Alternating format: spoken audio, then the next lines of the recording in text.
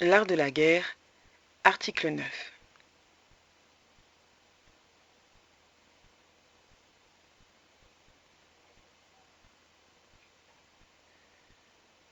Sun Tzu dit : avant que de faire camper vos troupes, sachez dans quelle position sont les ennemis, mettez-vous au fait du terrain et choisissez ce qu'il y aura de plus avantageux pour vous. On peut réduire à 4 points principaux ces différentes situations. Premièrement, si vous êtes dans le voisinage de quelques montagnes, gardez-vous bien de vous emparer de la partie qui regarde le nord. Occupez au contraire le côté du midi. Cet avantage n'est pas d'une petite conséquence. Depuis le penchant de la montagne, étendez-vous en sûreté jusque bien avant dans les vallons. Vous y trouverez de l'eau et du fourrage en abondance. Vous y serez égayé par la vue du soleil, réchauffé par ses rayons, et l'air que vous y respirerez sera tout autrement salubre que celui que vous respireriez de l'autre côté.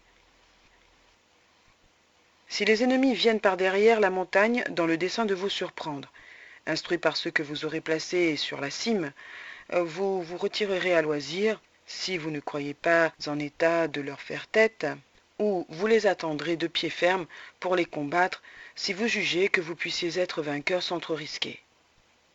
Cependant, ne combattez sur les hauteurs que lorsque la nécessité vous y engagera. Surtout, n'y allez jamais chercher l'ennemi. Deuxièmement, si vous êtes auprès de quelque rivière, approchez-vous le plus que vous pourrez de sa source. Tâchez d'en connaître tous les bas-fonds et tous les endroits qu'on peut passer à gué. Si vous avez à la passer, ne le faites jamais en présence de l'ennemi. Mais si les ennemis, plus hardis ou moins prudents que vous, veulent en hasarder le passage, ne les attaquez point que la moitié de leurs gens ne soit de l'autre côté. Vous combattrez alors avec tout l'avantage de 2 contre 1. Près des rivières même, tenez toujours les hauteurs, afin de pouvoir découvrir au loin. N'attendez pas l'ennemi près des bords, n'allez pas au-devant de lui. Soyez toujours sur vos gardes de peur qu'étant surpris, vous n'ayez pas un lieu pour vous retirer en cas de malheur. Troisièmement, si vous êtes dans des lieux glissants, humides, marécageux et malsains, sortez-en le plus vite que vous pourrez. Vous ne sauriez vous y arrêter sans être exposé aux plus grands inconvénients. La disette des vivres et les maladies viendraient bientôt vous y assiéger. Si vous êtes contraint d'y rester, tâchez d'en occuper les bords. Gardez-vous bien d'aller trop avant. S'il y a des forêts aux environs, laissez-les derrière vous.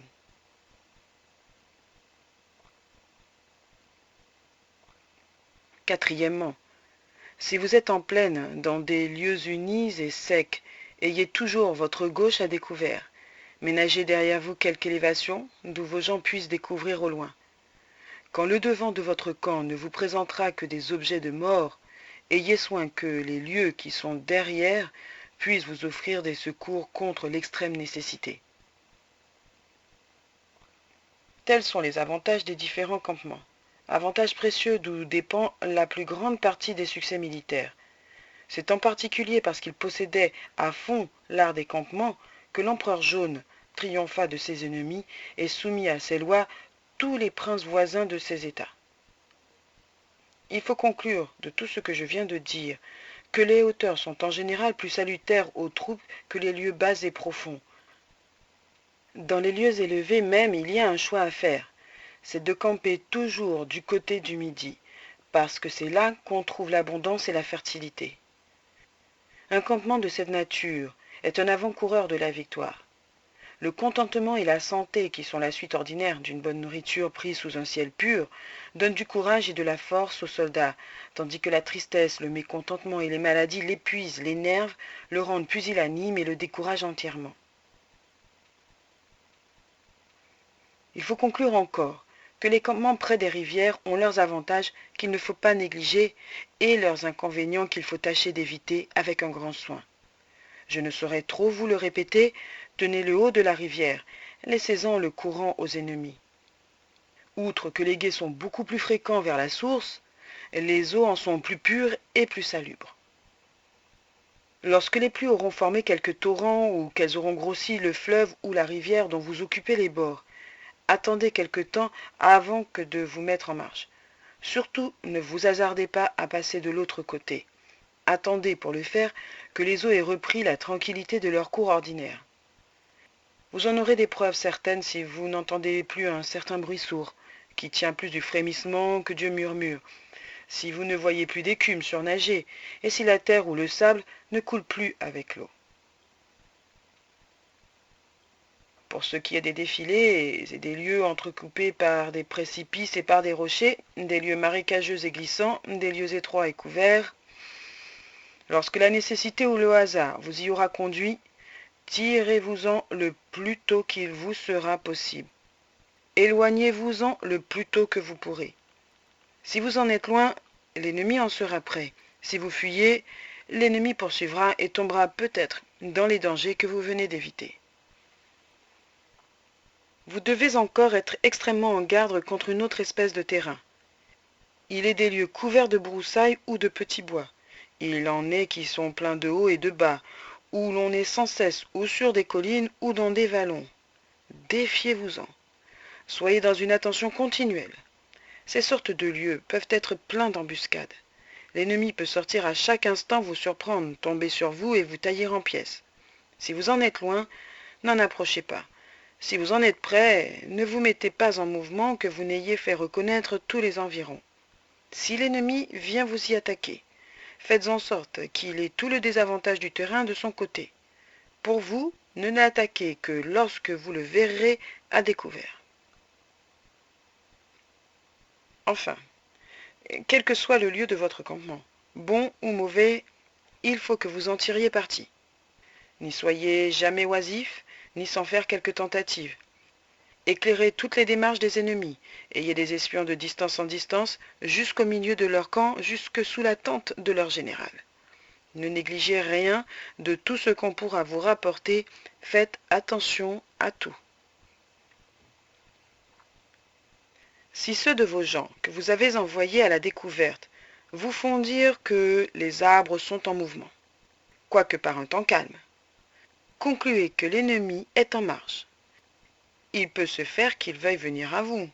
Disposez toutes choses, préparez-vous à le bien recevoir. Allez même au-devant de lui. Si l'on vous rapporte que les champs sont couverts d'herbes et que ces herbes sont fort hautes, tenez-vous sans cesse sur vos gardes. Veillez continuellement de peur de quelque surprise. Si l'on vous dit qu'on a vu des oiseaux attroupés voler par bandes sans s'arrêter, soyez en défiance. On vient vous espionner ou vous tendre des pièges. Mais si, outre les oiseaux, on voit encore un grand nombre de quadrupèdes courir la campagne, comme s'ils n'avaient point de gîte, c'est une marque que les ennemis sont aux aguets. Si l'on vous rapporte qu'on aperçoit au loin des tourbillons de poussière s'élever dans les airs, concluez que les ennemis sont en marche. Dans les endroits où la poussière est basse et épaisse, sont les gens de pied. Dans les endroits où elle est moins épaisse et plus élevée, sont la cavalerie et les chars. Si l'on vous avertit que les ennemis sont dispersés et ne marchent que par peloton, c'est une marque qu'ils ont eu à traverser quelques bois, qu'ils ont fait des abattis et qu'ils sont fatigués. Ils cherchent alors à se rassembler.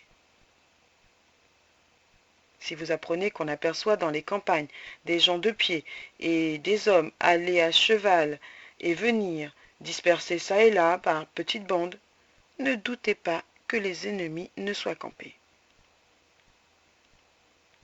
Tels sont les indices généraux dont vous devez tâcher de profiter, tant pour savoir la position de ceux avec lesquels vous devez vous mesurer, que pour faire avorter leurs projets et vous mettre à couvert de toute surprise de leur part. En voici quelques autres, auxquels vous devez une attention particulière. Lorsque ceux de vos espions, qui sont près du camp des ennemis, vous feront savoir qu'on y parle bas et d'une manière mystérieuse, que ces ennemis sont modestes dans leur façon d'agir et retenus dans tous leurs discours, Concluez qu'ils pensent à une action générale et qu'ils en font déjà les préparatifs. Allez à eux sans perdre de temps. Ils veulent vous surprendre, surprenez-les vous-même. Si vous apprenez au contraire qu'ils sont bruyants, fiers et hautains dans leur discours, soyez certain qu'ils pensent à la retraite et qu'ils n'ont nullement envie d'en venir aux mains.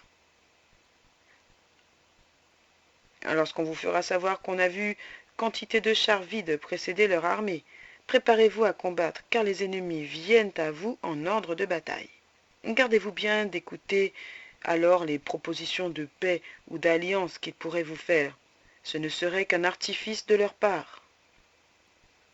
S'ils font des marches forcées, c'est qu'ils croient courir à la victoire. S'ils vont et viennent, s'ils avancent en partie et qu'ils reculent autant, c'est qu'ils veulent vous attirer au combat. Si la plupart du temps, debout, sans rien faire, ils s'appuient sur leurs armes comme sur des bâtons, c'est qu'ils en sont aux expédients, qu'ils meurent presque de faim, qu'ils pensent à se procurer de quoi vivre. Si passant près de quelque rivière, ils courent tous en désordre pour se désaltérer, c'est qu'ils ont souffert de la soif. Si leur ayant présenté l'appât de quelque chose d'utile pour eux, sans cependant qu'ils aient su ou voulu en profiter, c'est qu'ils se défient ou qu'ils ont peur. S'ils n'ont pas le courage d'avancer, quoi qu'il soit dans les circonstances où il faille le faire, c'est qu'ils sont dans l'embarras, dans les inquiétudes et les soucis. Outre ce que je viens de dire, attachez-vous en particulier à savoir tous leurs différents campements. Vous pourrez les reconnaître au moyen des oiseaux que vous verrez attroupés dans certains endroits. Et si leurs campements ont été fréquents, vous pourrez conclure qu'ils ont peu d'habileté dans la connaissance des lieux. Le vol des oiseaux ou les cris de ceux-ci peuvent vous indiquer la présence d'embuscades invisibles. Si vous apprenez que, dans le camp des ennemis, il y a des festins continuels, qu'on y boit et qu'on y mange avec fracas, soyez-en bien aise. C'est une preuve infaillible que leurs généraux n'ont point d'autorité. Si leurs étendards changent souvent de place, c'est une preuve qu'ils ne savent pas à quoi se déterminer, et que le désordre règne parmi eux. Si les soldats se groupent continuellement et chuchotent entre eux, c'est que le général a perdu la confiance de son armée. Les excès de récompense et de punition montrent que le commandement est au bout de ses ressources et dans une grande détresse. Si l'armée va même jusqu'à se saborder et briser ses marmites, c'est la preuve qu'elle est aux abois et qu'elle se battra jusqu'à la mort. Si leurs officiers subalternes sont inquiets, mécontents, et qu'ils se fâchent pour la moindre chose, c'est une preuve qu'ils sont ennuyés ou accablés sous le poids d'une fatigue inutile. Si dans différents quartiers de leur camp on tue furtivement des chevaux, dont on se permette ensuite de manger la chair, c'est une preuve que leurs provisions sont sur la faim. Telles sont les attentions que vous devez à toutes les démarches que peuvent faire les ennemis. Une telle minutie dans les détails peut vous paraître superflue, mais mon dessein est de vous prévenir sur tout et de vous convaincre que rien de tout ce qui peut contribuer à vous faire triompher n'est petit. L'expérience me l'a appris, elle vous l'apprendra de même. Je souhaite que ce ne soit pas à vos dépens. Encore une fois, éclairez toutes les démarches de l'ennemi, quelles qu'elles puissent être, mais veillez aussi sur vos propres troupes. Ayez l'œil à tout, sachez tout, empêchez les vols et les brigandages, la débauche et l'ivrognerie, les mécontentements et les cabales, la paresse et l'oisiveté. Sans qu'il soit nécessaire qu'on vous en instruise, vous pourrez connaître par vous-même ceux de vos gens qui seront dans le cas, et voici comment. Si quelques-uns de vos soldats, lorsqu'ils changent de poste ou de quartier, ont laissé tomber quelque chose, quoique de petite valeur, et qui n'aient pas voulu se donner la peine de la ramasser, s'ils ont oublié quelque ustensile dans leur première station, et qu'ils ne le réclament point, concluez que ce sont des voleurs, punissez-les comme tels. Si dans votre armée, on a des entretiens secrets, si l'on y parle souvent à l'oreille ou à voix basse, s'il y a des choses qu'on n'ose dire qu'à demi-mot, concluez que la peur s'est glissée parmi vos gens, que le mécontentement va suivre et que les cabales ne tarderont pas à se former. Hâtez-vous d'y mettre bon ordre. Si vos troupes paraissent pauvres et qu'elles manquent quelquefois d'un certain petit nécessaire, outre la solde ordinaire, faites-leur distribuer quelques sommes d'argent, mais gardez-vous bien d'être trop libéral. L'abondance d'argent est souvent plus funeste qu'elle n'est avantageuse et plus préjudiciable qu'utile. Par l'abus qu'on en fait, elle est la source de la corruption des cœurs et la mère de tous les vices. Si vos soldats, d'audacieux qu'ils étaient auparavant, deviennent timides, craintifs, si chez eux la faiblesse a pris la place de la force, la bassesse celle de la magnanimité, soyez sûrs que leur cœur est gâté. Cherchez la cause de leur dépravation et tranchez-la jusqu'à la racine. Si sous divers prétextes, quelques-uns vous demandent leur congé, c'est qu'ils n'ont pas envie de combattre. Ne les refusez pas tous, mais en l'accordant à plusieurs, que ce soit à des conditions honteuses. S'ils viennent en troupe vous demander justice d'un ton mutin et colère, écoutez leurs raisons, ayez-y égard, mais en leur donnant satisfaction d'un côté, punissez-les très sévèrement de l'autre. Si lorsque vous aurez fait appeler quelqu'un il n'obéit pas promptement, s'il est longtemps à se rendre à vos ordres, et si après que vous aurez fini de lui signifier vos volontés, il ne se retire pas, défiez-vous, soyez sur vos gardes. En un mot, la conduite des troupes demande des attentions continuelles de la part d'un général. Sans quitter de vue l'armée des ennemis, il faut sans cesse éclairer la vôtre. Sachez, lorsque le nombre des ennemis augmentera, soyez informés de la mort ou de la désertion du moindre de vos soldats. Si l'armée ennemie est inférieure à la vôtre, et si elle n'ose pour cette raison se mesurer à vous, allez l'attaquer sans délai, ne lui donnez pas le temps de se renforcer.